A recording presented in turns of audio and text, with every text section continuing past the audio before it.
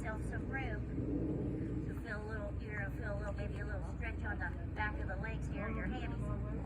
And I'm going to be bowing here or bending at the hip joint here. So I'm going to push myself back.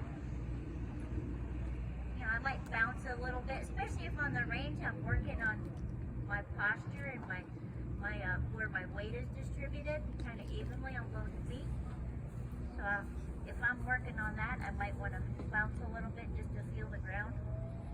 And then from there, posture-wise, my spine here, like I said, nice and neutral. I'm not bent like this. I'm not shrugging my shoulders this way, and I'm not arched back, way back here. Because eventually, if you have a big arch, what I look for when I screen someone, especially if they have low back problems, is I'll look at their posture, number one, because that affects a lot. So if sometimes you're too arched and you go make a swing, you're really limiting your joint space in your spine. So over time, like I said, if you're, Anne-Marie mentioned it, when you're younger, you can get away with it. But when you get older, it starts to kind of create possibly some aches and pains. So one of the things is getting your posture correct really helps out. Makes your swing much more efficient to get into those places or whatever you're trying to be successful at with you or whatever. If you're working with a teaching pro, to be successful at getting at the golf ball. Before you even start the golf swing, these are the important fundamentals. Didn't Ben Hogan write that book, 5 Fundamentals of Golf? Yes. That's my dad's favorite book. Well, I know, and there is a funny line, okay, just a quick story that in that book. He talks about, somebody was asking him about sports psychologists.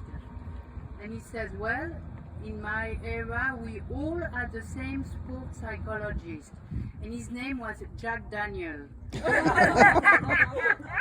love that. He always has the best stories, I'm telling you. So from there, I want to go ahead with my posture. I'll turn this way. So here's the golf ball. So you guys can see it from the front. You ladies can see it from the front. So I'm going to here. And I have just a little slight tilt.